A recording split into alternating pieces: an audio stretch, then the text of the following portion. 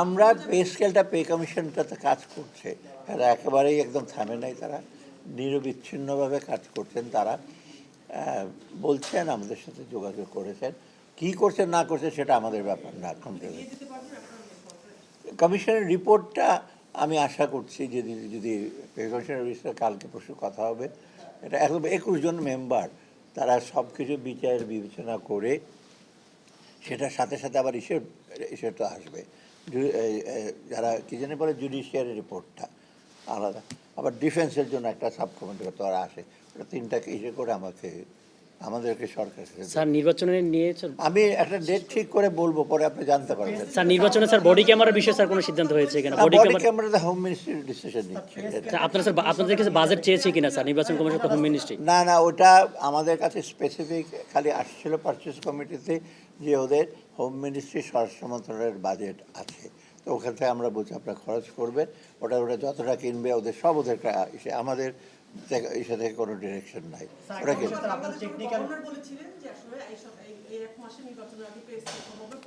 না, গভর্নর যদি governor has nothing to do with the pay scale. আমি governor তার বাংলাদেশ ব্যাংক সম্বন্ধে বলতে পারে, কিন্তু পে স্কেলে তো তার পে সম্পূর্ণ সরকারের। আপনারা ডেটটা যখন জানবেন যে কবে রিপোর্ট হবে, তখনই কিন্তু জানবেন না কিভাবে কি হবে না হবে। হ্যাঁ, আমি তো বললাম তো, রিপোর্ট পেলেই তো বলবো। এখন ইমপ্লিমেন্টেশনের ব্যাপার হলো অন্য জিনিস। একটা সাবস্টেটিভ কাজ হচ্ছে, এটা খুব ডিটেল করতে হয়। আর আপনারা জানেন, তারা তো এই কমিশন কিন্তু কাছে কিন্তু অনেকে রিপ্রেজেন্টেশন পাঠিয়েছে, অনেকে দেখা করেছে। আমরা বলেছি যে বিভিন্ন কমিটি করেছে ওপেন, যাদের না জানে যে ভেনেজুয়েলা ইন্ডিপেন্ডেন্ট অফ ভেনেজুয়েলা তো একটা হঠাৎ করে একটা ওয়ান অফ একটা জিনিস আসছে, আমেরিকা কীভাবে ডিল করে, অন্যরা আবার রেট। তবে আমরা জ্বালানির ব্যাপারে একটা দীর্ঘমেয়াদী একটা পরিকল্পনা করা হয়েছে। কয়েকদিন আগে একটা প্রেজেন্টেশন দেওয়া হয়েছে, আমিও ছিলাম সেখানে। কারণ জ্বালানিটা আমাদের একটা বড় চ্যালেঞ্জ।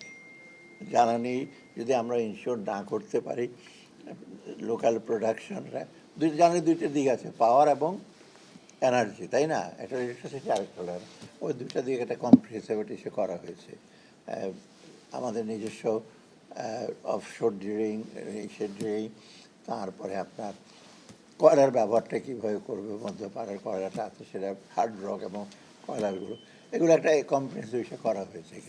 না, আপনারা একটা জিনিস আমি বলি, আপনারা দেখছেন না যে কোনো কিছু হয়েছে, দেখতে চাচ্ছেন না, বা যারা দেখে তা আবার সাহস করে বলতে পারছেন না। ওই আমাদের দেশে কিন্তু এইরকম একটা জিনিস সবসময় চলে আসে, এক এক সময় বেশি বলেন, এক সময় কম বলেন, একটা কারণ অতএব কিছু যে কাজ হয় নাই, একেবারে যে সব হয়ে গেছে আমি বলে 100-র মধ্যে একেবারে 100 পেয়ে গেছি, সেটা তো না। ডেফিনেটলি কিছু আমাদের এক্সপেকটেশন ছিল করতে পারবো, লিমিটেশন ছিল করতে পারে না। তার মধ্যে অনেক রকম কোঅপারেশন আছে, কোঅর্ডিনেশন আছে, সরকারি কর্মচারী এসে আছে, দক্ষ লোকের এসে আছে, নিষ্ঠা, এগুলো আছে। তো এগুলি ছাড়া আমরা পরিকল্পনা করলাম বা আমরা ইচ্ছা করলেও করে ফেলবো, সম্ভব না। দেখুন এই কনটেক্সটে বলতে আমি জানি না, বাংলাদেশ ওদের বরং বাংলাদেশের দিকে তাকিয়ে আছে, যেমন SDGI আমরা গ্র্যাজুয়েশন করবো, সবাই বলছে যে আমার ইউএন বলছে তোমার বাংলাদেশে তাকিয়ে আছে, তোমরা যে হ্যাঁ বলো, অন্য এই দেশগুলো সব হ্যাঁ বলবে। আর কে কী বলেছে না বলেছে, Bangladesh is doing quite good. হয়তো মাঝে মাঝে স্ন্যাক থাকবে, পলিটিক্যালি সে ডাইমেনশন, ইকোনমিক থাকবে। একেবারে সরল রেখায় কোনো জিনিস চলে না, সরল রেখায় দেশও উন্নতি হয় না।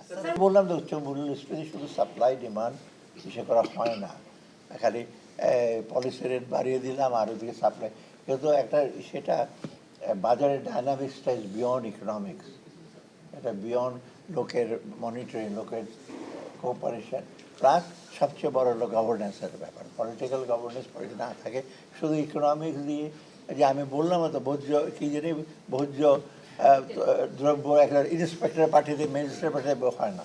হ্যাঁ, আমি দেখেছি ওটা। আমরা তো এটাই তো বললাম, বৃহৎ পরিকল্পনা, আমরা কতগুলি জিনিস, এটা নিয়ে গভর্নমেন্টের কোনো পদক্ষেপ দেখলাম না, কিন্তু মানুষ এখনো সাফার করছে। পরশুদিন কি তার দেখলেন একটা সাজেশন, এখনই আজকে পদক্ষেপ আমরা দেখতে চাচ্ছি না, সাফারিংটা বিং অ্যাড্রেস।